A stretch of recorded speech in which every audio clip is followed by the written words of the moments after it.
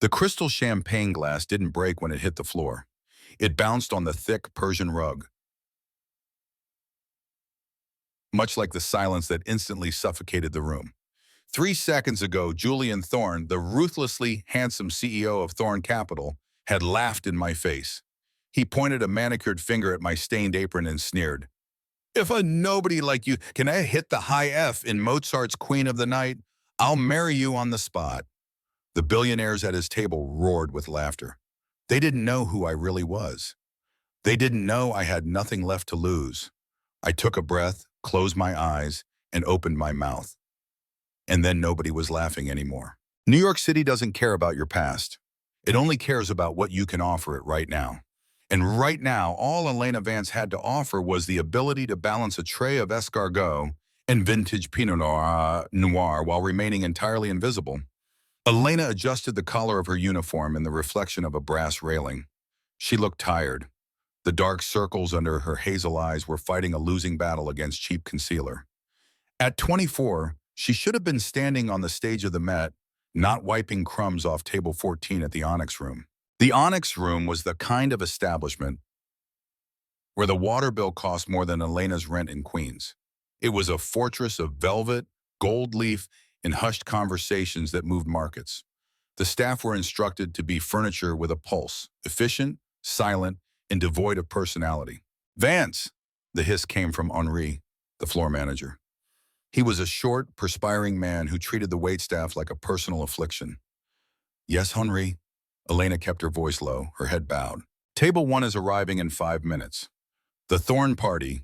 If you drop so much as a napkin, don't bother coming back to the locker room. Just walk out the back door. Elena's stomach tightened. Julian Thorne. Even in a city of giants, Thorne was a titan. At 32, he controlled a media and tech empire that rivaled the GDP of small nations. He was known for 2 things, his terrifying business acumen and his utter disdain for incompetence. The tabloids called him the Prince of Ice. I'll handle it, Henri, Elena said, her grip tightening on her serving tray. You'd better. He's bringing Isabella St. Clair. Elena felt a cold spike in her chest. Isabella St. Clair. The name was a phantom from a life Elena had tried to bury. Isabella was a soprano, currently the darling of the New York opera scene. She was also the woman who 4 years ago had whispered a lie into a dean's ear at the conservatory that got Elena expelled and blacklisted. Understood, Elena whispered. She retreated to the service station, her heart hammering against her ribs like a trapped bird. She needed this job. Her mother's dialysis treatments weren't covered by their basic insurance, and the debt collectors had stopped calling and started knocking. Every shift at the Onyx Room was a lifeline. She couldn't afford pride. She couldn't afford memories. The heavy oak doors swung open, and the atmosphere in the restaurant shifted. It wasn't just a change in air pressure. It was a gravitational pull. Julian Thorne walked in first. He was taller than he looked in magazines, wearing a tuxedo that fit him with lethal precision. His jawline was sharp enough to cut glass, and his eyes, a striking icy blue, scanned the room with an air of bored superiority. He didn't look at people. He looked through them, assessing their value and discarding them in a microsecond. On his arm was Isabella. She was draped in crimson silk, diamonds dripping from her ears like frozen tears. She looked magnificent. She looked like a predator. The usual table, Mr. Thorne? Henri was practically bowing, his oily forehead glistening. Obviously, Julian said. His voice was a deep baritone, smooth but devoid of warmth. And bring the 82 Patris immediately. Right away, sir. Elena. Henri snapped his fingers. Elena stepped forward, keeping her eyes fixed on the floor tiles. Good evening, sir, madame. She guided them to the private alcove, the best seat in the house, overlooking the glitter of Central Park. As she pulled out Isabella's chair, the scent of Chanel No. 5 and expensive hairspray filled her nose. It was the smell of her old life, the life that had been stolen. God, the service here has slowed down, Isabella complained, snapping her napkin open. Julian, darling, why do we keep coming here? Because the acoustics are decent, and they have the only cellar in the city I trust, Julian replied, not looking up from his phone. Stop fidgeting, Bella. You're saving your energy for the gala next week. The gala. Isabella sighed dramatically. I'm still not sure about the aria. The conductor is a fool. He wants me to take the tempo down on the Queen of the Night. Can you imagine slowing down Mozart? Elena froze. Her hand hovered over the water glass she was filling. The Queen of the Night, Der Hollerachi, the aria that had been Elena's signature, the aria she had practiced until her throat bled. Careful! Julian's voice slashed through her thoughts. Elena jerked her hand back, but a single drop of water splashed onto the pristine white tablecloth. It was a microscopic error, a nothingness, but to Julian Thorne, it was an insult. He slowly looked up from his phone. For the first time, his icy blue eyes locked onto hers. There was no recognition, no humanity, just cold annoyance. "You're shaking," he observed, his voice flat. "I apologize, sir," Elena murmured, reaching for a cloth to dab the spot. "Leave it," he commanded. "It's already ruined." He turned back to Isabella, dismissing Elena entirely. "If the conductor wants it slower, it's probably because he knows you rush the coloratura passages when you're nervous." Isabella gasped, feigning offense. "I do not rush. It's passion, Julian. Something you wouldn't understand. You treat opera like an equation." "Music is math, Isabella," Julian countered. "It's precision. It's excellence. It's not whatever this is." He waved a hand vaguely at the restaurant, and by extension, Elena. "Mediocrity." Elena felt a flush of heat rise up her neck. She backed away into the shadows, her hands trembling. Mediocrity, the word burned. She watched them from the service station. They were the gods of this city, dining on ambrosia while she scraped for crumbs. But as she watched Isabella laugh, a sound that was practiced and hollow, Elena realized something. Isabella was terrified. She was drinking the wine too fast. Her hands were fidgeting with her diamond necklace. She wasn't ready for the gala. The Queen of the Night aria was a beast. It required a vocal range and a technical precision that Isabella had always struggled with. She had the connections, the look, and the money, but she didn't have the high F within her soul. Elena did, but Elena was just a waitress, and in the Onyx Room, waitresses didn't sing. They served. By the time the main course arrived, Julian Thorne was visibly bored. He had barely touched his Wagyu beef. He was swirling his wine, watching the red liquid coat the glass, while Isabella droned on about the internal politics of the opera board. Elena approached the table to refill the wine. She moved like a ghost, conditioned to be unobtrusive. "And honestly, Julian, who else is there?" Isabella was saying, her voice rising with the influence of the alcohol. "There isn't a soprano in this city who can touch me. The talent pool is a puddle. It's tragic, really." Julian let out a dry, humorless chuckle. "That's because true talent is rare, Bella. Most people are content with being average. They lack the discipline. They lack the fire." He took a sip of wine, his eyes drifting. They landed on Elena again. She was pouring the wine with practiced steadiness, but her mind was elsewhere. Subconsciously, she was humming. It was barely audible, a breath of sound, a tiny whistled fragment of the melody Isabella had been butchering in her description. P, P, from the magic flute. Julian's hand shot out and clamped around Elena's wrist. The contact was electric and shocking. The wine bottle jerked, but Elena caught it before it spilled. The restaurant went silent around them. "What?" Julian said, his voice dangerously soft. "Was that?" Elena's heart stopped. She looked down at his hand, large, strong, encompassing her slender wrist. She looked up into his eyes and saw a flicker of something new. Curiosity. Or perhaps the predatory focus of a cat that had just found a mouse. I beg your pardon, sir," Elena stammered. "You were humming," Isabella accused, narrowing her eyes. She looked at Elena, really looked at her, for the first time. A flash of vague recognition crossed Isabella's face, but she dismissed it. Elena was wearing thick glasses, and her hair was pulled back in a severe, unflattering bun. She looked nothing like the star student of 4 years ago. "I apologize," Elena said, trying to pull her wrist free. "It won't happen again." "No," Julian said, not letting go. "Don't apologize for the music. Apologize for the pitch. It was interesting." He smirked. It was a cruel, beautiful expression. "Do you like Mozart, waitress?" "Everyone likes Mozart, sir." "Not everyone understands him," Julian countered. He finally released her wrist, leaning back in his chair. He looked at his dinner companions, 2 other businessmen who had joined them for dessert, men in gray suits who laughed at all of Julian's jokes. "Isabella here thinks she is the only one capable of greatness," Julian said to the table, his voice carrying. "But I've always said that genius can be found in the gutter. Isn't that right, gentlemen?" The men chuckled nervously. You're always the philosopher, Julian once said. Let's conduct an experiment, Julian said, his eyes locking onto Elena. He looked like he was about to bet on a horse race. You know the aria Isabella is struggling with, Der Hölle Rache. Elena swallowed hard. I've heard it, sir. Heard it? Julian scoffed. He reached into his jacket pocket and pulled out a checkbook. He placed it on the table next to the untouched dessert. Then he pulled out a gold fountain pen. Julian, stop it, Isabella hissed. You're embarrassing the girl. It's cruel. It's not cruel, Julian replied coldly. It's an opportunity. He looked at Elena. Here is the deal. My friends here are bored. I am bored. And you look like you need money. I see the shoes you're wearing. The soles are worn thin. I see the stress in your shoulders. He scribbled something on the check. He tore it out and held it up. $10,000, Julian said. The room seemed to tilt. $10,000. That was 3 months of dialysis. That was rent for half a year. Sing it, Julian commanded. Sir, sing Der Hölle Rache, just the first stanza.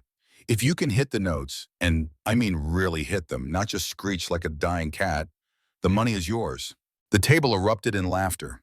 It was a joke to them, a grotesque gladiatorial game. Dance, monkey, dance. Isabella rolled her eyes. Julian, she's a waitress. She probably listens to pop radio. She can't sing opera. Then she has nothing to lose, Julian smiled. It was a wolf's smile.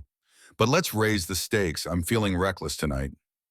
He looked at the manager, Henri, who was hovering nearby, looking terrified. Then he looked back at Elena.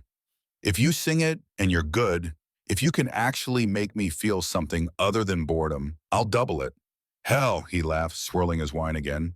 If you can hit that high F with perfect clarity, I'll marry you. The laughter was raucous now. The men were slapping the table.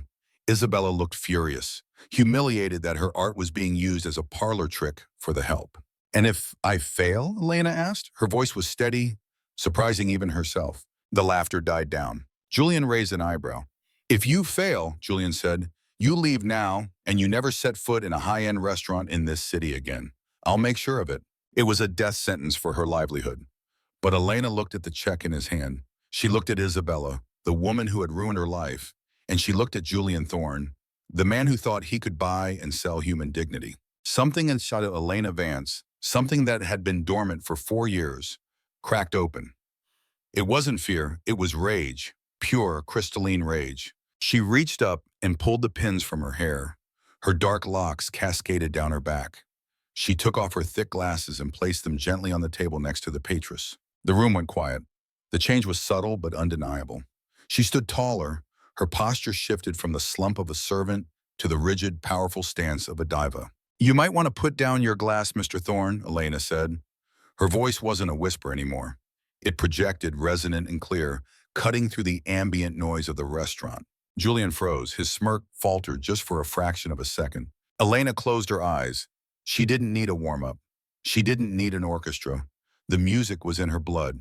She took a breath, expanding her diaphragm, feeling the familiar pressure build. And then she opened her mouth. The first note didn't just break the silence. It shattered the air in the room like a physical blow. Der Hölle Rache kocht in meinem Herzen. Hell's vengeance boils in my heart. Elena didn't just sing the words. She weaponized them. The acoustics of the Onyx room, designed to carry the polite murmur of billionaires, acted like a cathedral for her voice. It was a voice of impossible power. Dark, rich, and terrifyingly precise. Julian Thorne's hand froze midair, his wine glass hovering inches from his lips. His eyes, usually clouded with boredom, widened in genuine shock. He wasn't looking at a waitress anymore. He was looking at a force of nature. Elena locked eyes with Isabella St. Clair as she sang. The aria was a mother's demand for retribution, a call to violence. Elena poured 4 years of humiliation, 4 years of scrubbing floors, and 4 years of watching her mother fade away into the melody. Isabella went pale, her mouth opened slightly, her hand clutching her throat. She recognized the technique.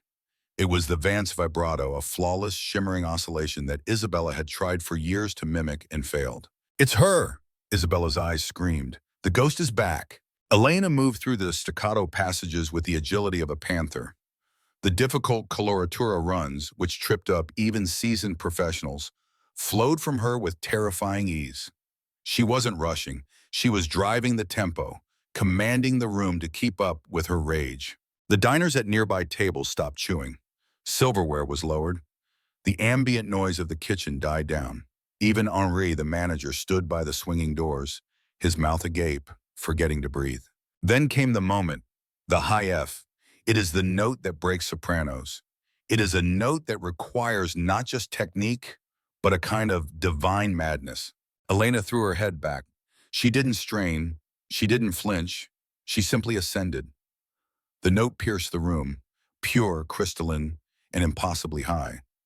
It wasn't a screech. It was a laser beam of sound. It held the clarity of a diamond and the sharpness of a scalpel. It vibrated against the crystal chandeliers, making them chime in sympathy. Julian Thorne felt the hair on his arm stand up. A shiver, violent and involuntary, raced down his spine. He had spent millions attending operas in Milan, Paris, and Vienna. He had never heard a sound like this. It was raw. It was desperate. It was perfect. Elena held the note, defying gravity, defying lung capacity. She held it until the air in the room felt thin, and then, with a sharp, precise cutoff, she descended back into the lower register, finishing the phrase with a growl of finality. Hurt, hurt, hurt der Rachegötter. Hear, hear, hear the oath of vengeance. The last note hung in the air, echoing off the mahogany walls. For 10 seconds, there was absolute silence. No one moved. No one spoke. The reality of what had just happened was too large to fit inside the room. Elena stood there, her chest heaving slightly, her eyes blazing. The adrenaline crashed through her system, leaving her trembling. But this time it wasn't from fear, it was from power. Julian Thorne was the first to move. He slowly set his wine glass down. He didn't drink. He couldn't. The taste of the vintage Petrus would have been ash compared to what he had just consumed with his ears. "Who are you?" Julian whispered. The arrogance was gone. In its place was a look of intense, bewildered hunger. Elena didn't answer him. She walked over to the table. Her hands were steady now. She reached out and picked up the check for $10,000. Isabella made a small choking sound. You're Elena Vance." "Hello, Isabella," Elena said, her voice dropping to a speaking register that sounded jarringly human after the aria. "You're flat on the arpeggios in the second measure. You might want to work on that before the gala." Isabella turned a blotchy shade of red. "How dare you? You were expelled. You're a thief." "We both know who the thief is," Elena said quietly. She turned her gaze to Julian. He was staring at her as if she were a puzzle he needed to solve immediately. "I said I'd double it," he murmured, almost to himself. He reached for his checkbook again, his movements urgent. 20,000, no, 50. Sing the second stanza." Elena looked at the man, the billionaire who thought people were jukeboxes. "I'm not a machine, Mr. Thorne," Elena said. She folded the $10,000 check and slipped it into her apron pocket. "And I don't want your marriage, I just want what I earned." "Wait!" Julian stood up. He towered over the table, his presence commanding. But for the first time, he wasn't the most powerful person in the interaction. "You can't just walk away after that. Who taught you? Where have you been hiding?" "I haven't been hiding," Elena said, backing away. "I've been serving you dinner for 6 months. You just never looked at me." She untied her apron. It fell to the floor in a heap of stained black fabric. "I quit," she said to Henri, who was still paralyzed by the service station. Elena turned on her heel and walked out. She walked past the stunned diners, past the gold leaf mirrors, and out the heavy oak doors onto the cooling pavement of Fifth Avenue. She didn't run. She walked, with the rhythm of Mozart still pulsing in her veins. She hailed a taxi, something she never did, and collapsed into the back seat. "Where to?" the driver asked. "Mount Sinai Hospital," Elena whispered, clutching the check in her pocket. "Please hurry." Back in the restaurant, the silence held for another moment before chaos erupted. "Julian!" Isabella screeched, grabbing his arm. "She's a fraud. She stole that technique. She was kicked out of Juilliard for stealing sheet music." Julian shook her off, his eyes fixed on the swinging doors where Elena had vanished. He felt a strange tightening in his chest. He looked down at the empty spot where she had stood. "She didn't steal that," Julian said, his voice low. "You can't steal a soul." He looked at his friends, the businessmen who had laughed earlier. They looked ashamed. Then he noticed something. A young man at the table next to them, a tech entrepreneur named Marcus, was holding up his phone. The recording light was blinking off. Did you get that? Julian asked sharply. Marcus nodded, his eyes wide. Every second. Delete it, Isabella demanded, standing up. Delete it right now. I will sue you. Don't you dare, Julian said, holding up a hand to stop her. He looked at Marcus. Send it to me. And then what? Marcus asked. Julian looked at the door again. A slow, dangerous smile spread across his face. It wasn't the smile of a billionaire closing a deal. It was the smile of a man who had finally found something he couldn't buy and therefore must possess. And then, Julian said, post it. The internet is a creature of speed, but the video of the waitress soprano moved faster than light. By the time Elena Vance woke up the next morning, curled in a plastic chair in the waiting room of the dialysis ward, the world had changed. She just didn't know it yet. She had spent the night holding her mother's hand. The doctors had been grim. Her levels are critical, Elena. We need to look at more aggressive treatment options, but they aren't covered by your plan. Elena had pulled the crumpled check from her pocket. $10,000. It was a lifeline, but it was a short one. It would buy them 2 months, maybe 3. And then what? She had no job. She had burned her bridge at the Onyx Room. She rubbed her eyes and walked to the vending machine for a coffee. A group of nurses were huddled by the reception desk, staring at a tablet. It's unbelievable, one nurse whispered. Look at the guy's face. That's Julian Thorne. He looks like he's been struck by lightning. And the voice, another said. I got goosebumps. Who is she? Elena froze. She kept her head down, grabbed her coffee, and hurried back to her mother's room. She didn't have a smartphone. She had sold her iPhone 2 years ago to pay for medication. So she lived in a blissful, terrifying ignorance. But in the glass tower of Thorne Capital, ignorance was not an option. Julian Thorne stood by the floor-to-ceiling window of his penthouse office, looking down at the ant-like traffic of Manhattan. Behind him, his PR team was in a state of meltdown. It's trending #1 globally, sir, said Sarah, his frantic press secretary. They're calling her the Cinderella soprano.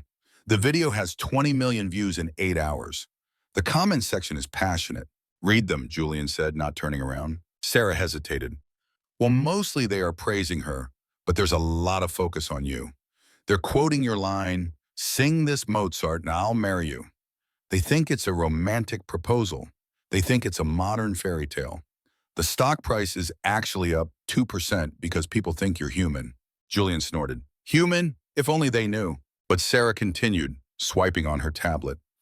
Isabella St. Clair has issued a statement.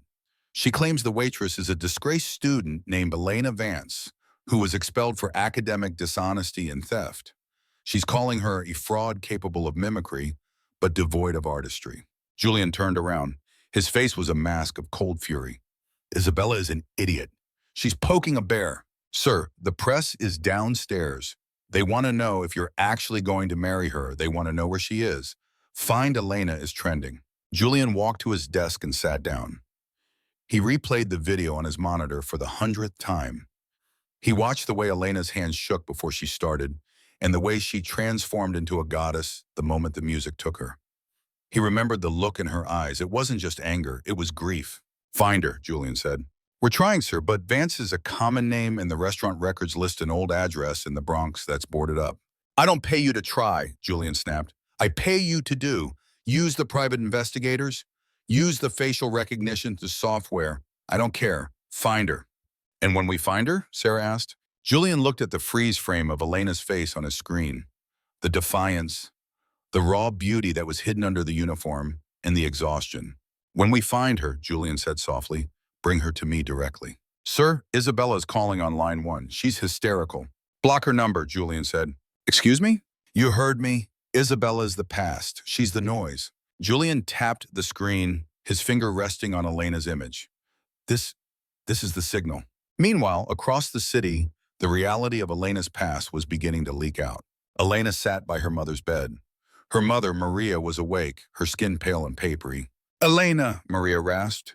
You look tired, mija. Did you work a double? Just a normal shift, Mama, Elena lied.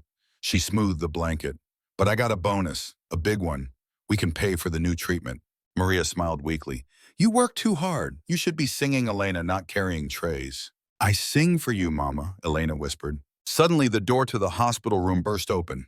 Elena jumped up, expecting a doctor. Instead, a man in a cheap suit with a camera around his neck barged in. A paparazzo. Elena Vance, he shouted, raising the camera. Is it true Julian Thorne proposed? Are you pregnant with his baby? Flashbulbs exploded in the small room. Maria screamed, clutching her chest. Get out! Elena roared. She threw herself in front of her mother, shielding her from the blinding light. Get out of here! Just one comment, Elena. Is it true you stole Isabella St. Clair's music? Security guards rushed in a moment later, dragging the man out. But the damage was done. Maria was hyperventilating, the monitors beeping wildly. Doctors swarmed the room. Code blue, someone shouted. Elena was pushed back into the hallway. She stood there trembling, watching through the glass as they shocked her mother's chest. It was happening.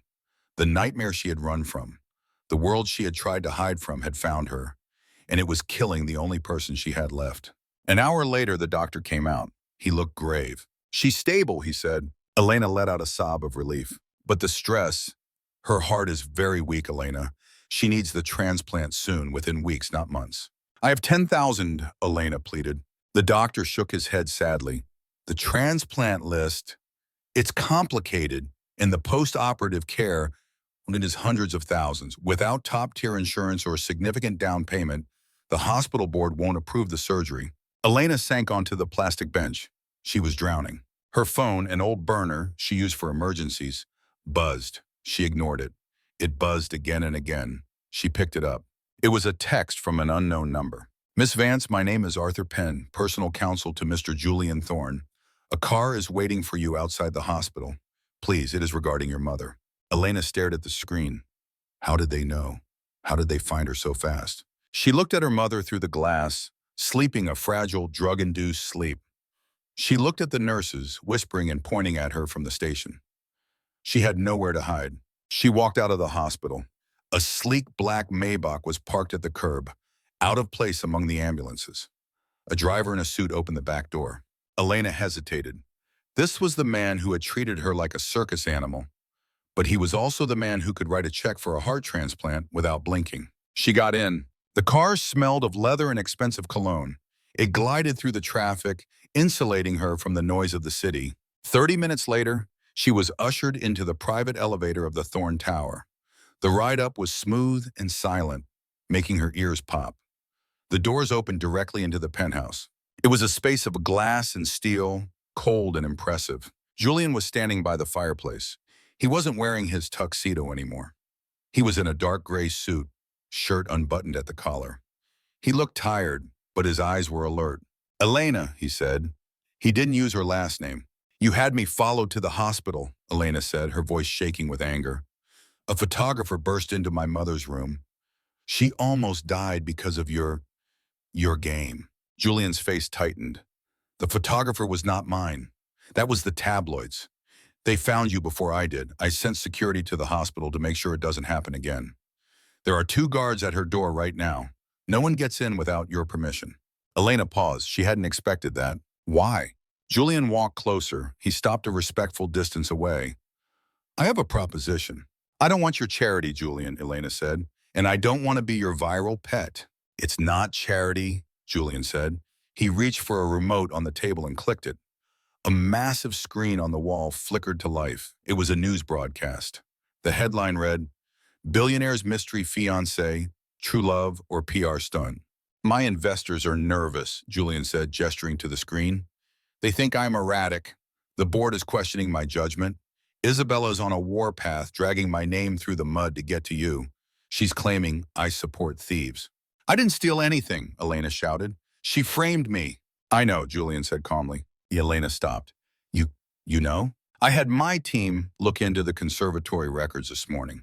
There were discrepancies, witness statements that were retracted, and frankly, he looked at her with a strange intensity. After hearing you sing, I know you wouldn't need to cheat. He walked over to his desk and picked up a document. I need to stabilize my company's image, Julian said. I need to show that I am not a reckless playboy who makes drunk bets. I need to show that I am a man of my word. He held the document out to her. The public thinks we're engaged. If I come out and say it was a joke, I look like a cruel elitist, and you look like a victim. The stock drops. My reputation takes a hit. So, Elena crossed her arms. So? Julian took a deep breath.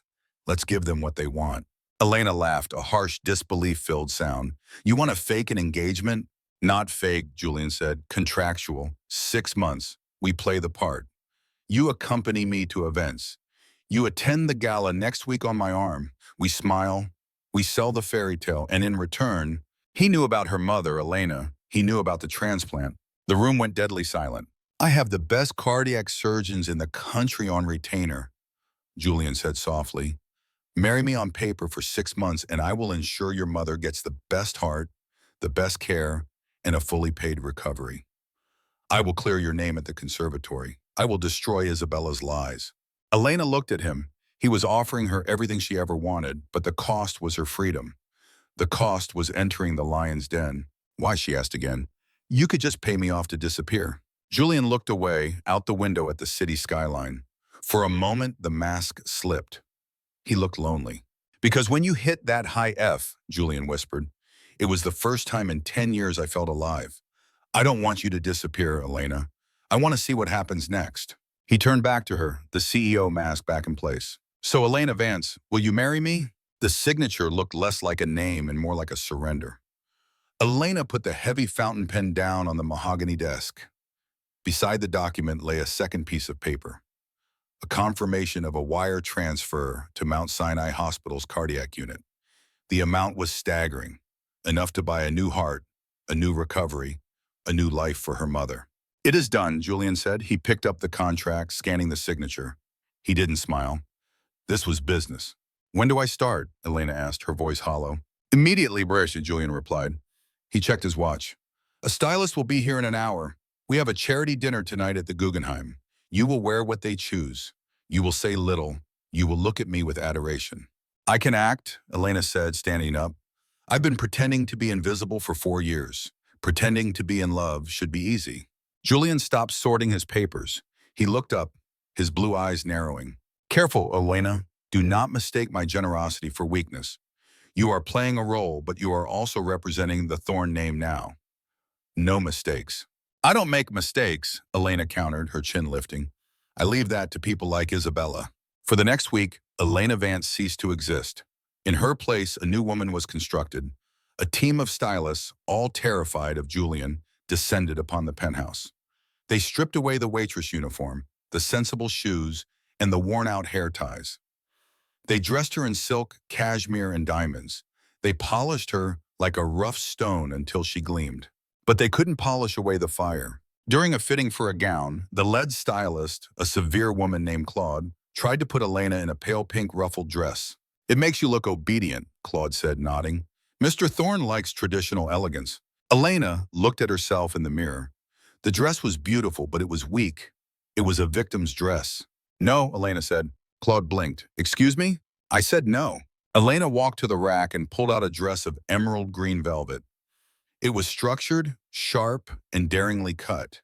It was a dress for a queen, not a princess. I'll wear this one. Mr. Thorne won't approve. Mr. Thorne bought a partner, Elena said, stepping into the green gown. Not a pet. If he wants me to sell this lie, I have to look like I'm worth it. When Elena walked into the living room that evening, Julian was pouring a scotch. He turned around, ready to critique, ready to adjust. He froze. The green velvet hugged her curves like a second skin. Her dark hair fell in loose, glossy waves. But it was her eyes, magnified by the lack of glass and framed by subtle makeup, that stopped him. They were intelligent, defiant, and utterly captivating. Well, Elena asked, smoothing the skirt, does this meet the shareholders' requirements? Julian swallowed, a rare crack in his composure. He set his glass down a little too hard. It will do. The week was a blur of flashbulbs and forced smiles. Every time they stepped out of the car, the world screamed their names. The narrative had shifted. Julian Thorne wasn't the cold-hearted tycoon anymore. He was the romantic hero who had plucked a genius from obscurity. And Elena, she was the mystery, the Cinderella with the voice of an angel. But behind the closed doors of the penthouse, the air was thick with tension. They slept in separate rooms. They ate breakfast in silence, but at night the silence changed. On the fourth night, Elena couldn't sleep. The worry for her mother, who was currently in the ICU, prepping for surgery, was a constant gnawing ache. She went to the grand piano in the corner of the living room. It was a Steinway, untouched, gathering dust. She sat down, She didn't sing. She was too afraid she'd wake him. She just played Chopin's Nocturne in C-sharp minor. It was a piece full of longing and sorrow. She played with her eyes closed, letting the music say what she couldn't. You play with too much rubato. Elena jumped, her hands slamming onto the keys with a discordant crash. Julian was standing in the doorway.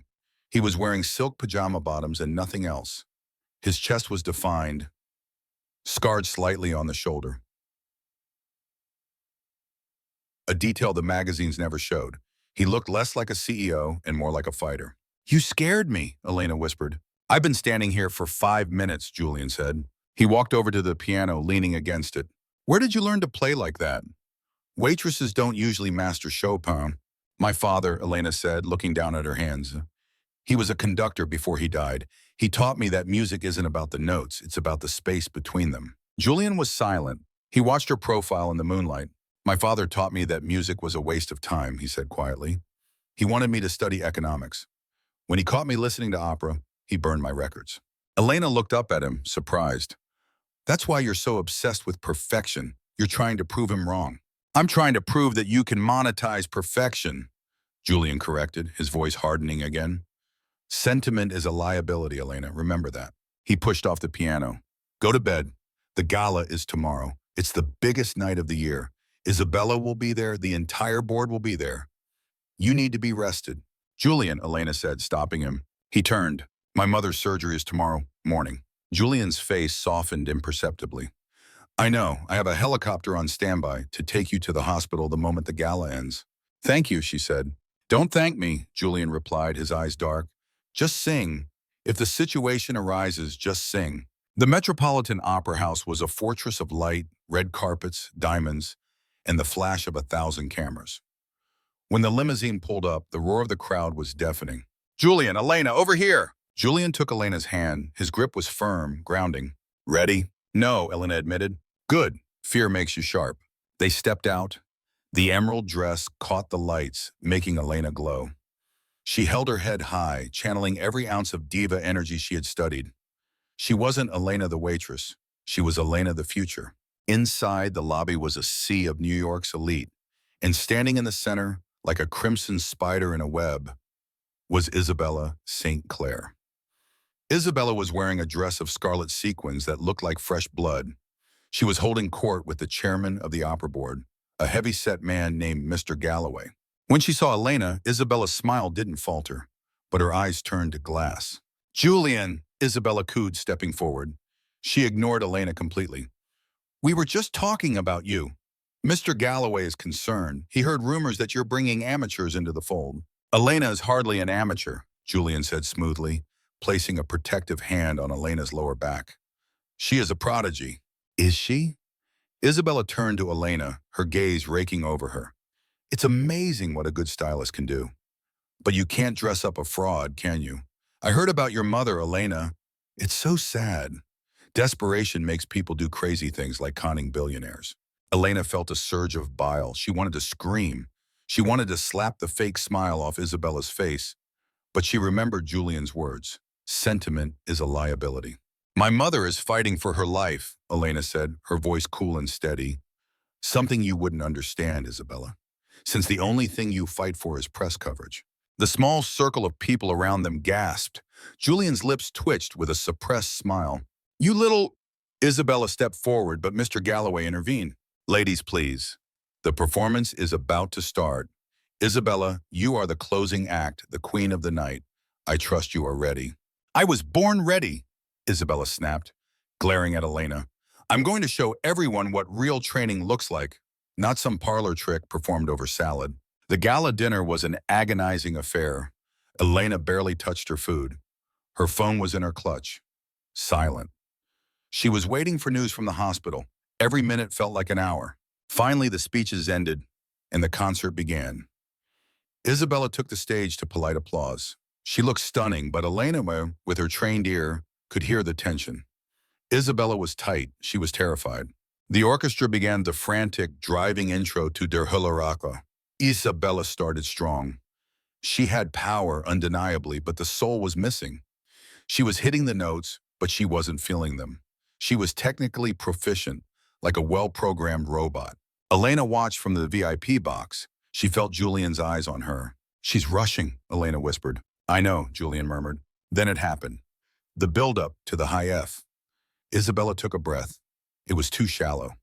She lunged for the note, and she cracked. It wasn't a subtle miss. It was a jarring, strangled squeak that echoed through the silent opera house. The audience gasped. Isabella froze. Her eyes went wide with panic. She tried to recover, to push through the run, but her confidence was shattered. She missed the next interval. Her rhythm fell apart. "Stop!" Isabella screamed, waving her hands at the conductor. The music clattered to a halt. The silence was more deafening than the applause had been. "It's the acoustics!" Isabella yelled, her voice shrill and unamplified. "The monitor is off. I can't work like this. This is sabotage." She pointed a shaking finger at the VIP box, at Julian, at Elena. "He set me up," Isabella shrieked, looking like a woman unhinged. "He paid the sound engineer. He wants his little waitress to look good, so he's ruining me." The crowd murmured. It was a disaster, a public meltdown of epic proportions. Mr. Galloway stood up, looking pale. "Isabella, please." "I won't sing!" Isabella threw her microphone down. It landed with a heavy thud. "If she's such a genius, let her sing it. Let the fraud sing." She stormed off the stage, leaving a vacuum of shock in her wake. The conductor looked up at the box, helpless. The audience began to whisper, the sound growing into a rumble of discontent. They had paid thousands for a show, and they had been given a tantrum. Julian stood up. He walked to the edge of the balcony. The spotlight hit him. "Ladies and gentlemen," his voice boomed, authoritative and calm, "it seems we are in need of a queen." He turned to Elena and extended his hand. "Elena!" Elena looked at him. She looked at the terrified conductor.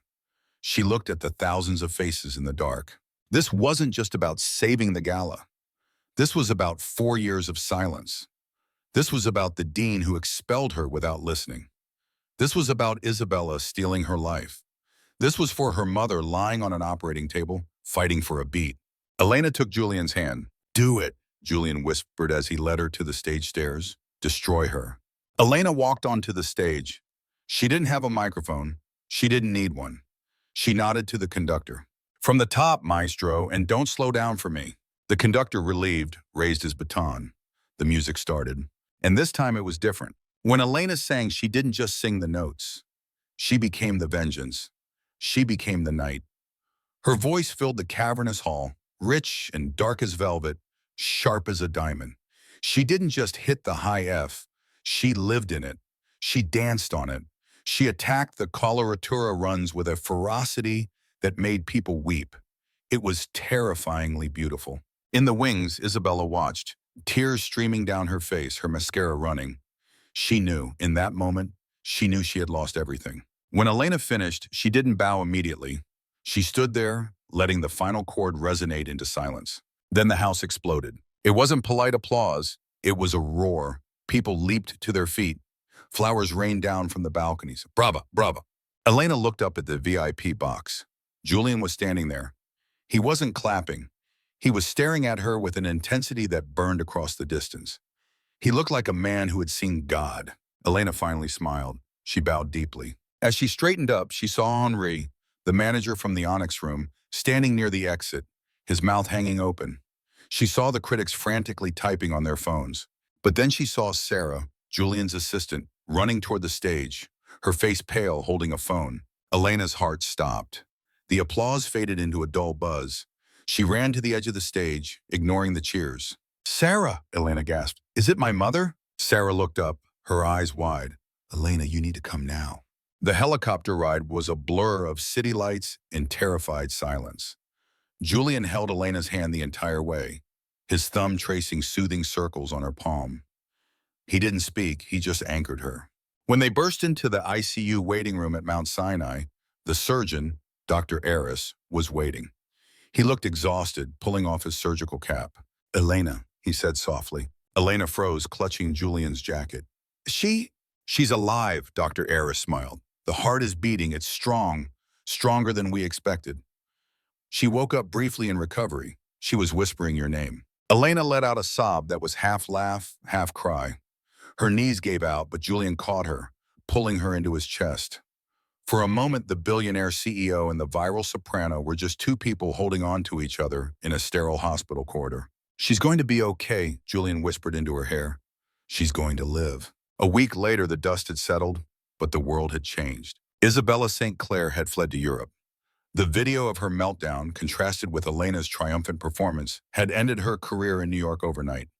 The conservatory, facing pressure from Thorne Capital's legal team, had launched a full investigation and publicly exonerated Elena, restoring her degree with honors. Elena sat on the terrace of the penthouse, looking out at the sunset. Her mother was recovering in a private suite downstairs, surrounded by nurses who treated her like a queen. Julian walked out holding 2 glasses of champagne, not the Petrus this time, but something light and celebratory. You're quiet, he said, handing her a glass. I'm thinking about the contract, Elena said, looking at the diamond on her finger. 6 months, right? Then we divorce quietly. I get the medical bills paid. You get your reputation back. Julian set his glass down on the stone railing. He reached into his jacket pocket and pulled out the thick document they had signed that first night. About that, Julian said. He held the contract up. Then, with a deliberate slow motion, he tore it in half, then in quarters. He let the pieces flutter away in the wind, drifting down toward the city streets below. Julian, Elena stared at him. What are you doing? I breached the contract, Julian said, stepping closer. His eyes were no longer icy. Eyes, sweetie. They were warm, burning with an intensity that had made Elena's breath hitch. The contract stated that this was a business arrangement. No emotion, no attachment. He reached out, cupping her face in his hands. I failed that clause the moment you hit the high F in the restaurant. But I really failed it tonight when I realized I couldn't imagine walking into this empty apartment without you. But the scandal, Elena whispered. I was a waitress. You were never just a waitress, Julian corrected. He reached into his pocket, not the contract pocket, but another. He pulled out a small velvet box, not a prop ring, but a new one, a rare blue diamond that matched his eyes. Elena Vance, Julian said, his voice dropping to that dangerous, thrilling baritone. No cameras, no contracts, no audiences, just us. Will you marry me? For real this time? Elena looked at the man who had started as her tormentor and ended as her savior. She thought of the music, the madness, and the love that had bloomed in the silence between the notes.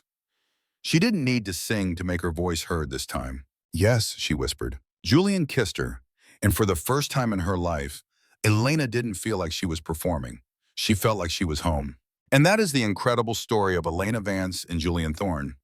From a humiliated waitress wiping tables to the diva who brought the Metropolitan Opera House to its feet, Elena proved that true talent cannot be buried forever.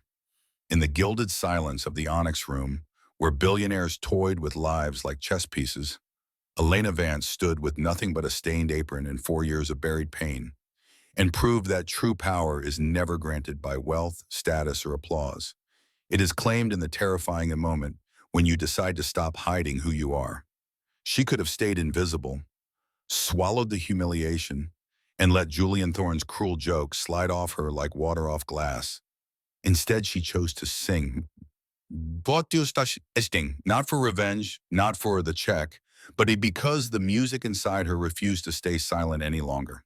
That single soaring high F didn't just shatter a room, it shattered the lie that talent, dignity, and worth can ever be buried beneath someone else's cruelty or indifference. Elena reminds us of a truth that cuts deep. The world will try to reduce you to what it sees on the surface, a waitress, a dropout, a nobody, until you refuse to accept the role. The most courageous act isn't always loud or dramatic. Sometimes it's simply refusing to dim your light when every voice around you screams that you don't belong. In a society obsessed with appearances and hierarchies, Elena's story aches with hope. Your voice, your real, raw, unpolished voice, has the power to stop giants in their tracks, to rewrite destinies, and to remind even the coldest hearts what it feels like to truly feel. You don't need permission to rise. You only need the courage to open your mouth and let the music out, even if your hands are shaking, even if the stage is just a table for two. Because when you do, the silence that follows isn't emptiness, it's awe. And sometimes it's the beginning of everything. What hidden talent or buried dream have you kept quiet because the world told you it wasn't your place? Have you ever had a moment where you finally let your true voice be heard? And what changed afterward? Share your stories in the comments. They matter more than you know, and someone reading right now might need your courage to find theirs. If Elena's journey moved you, reminded you that no one can silence what was born to be sung, please hit that subscribe button and turn on the bell. We share stories like this every week to keep reminding each other that our voices still matter. Let's keep singing together.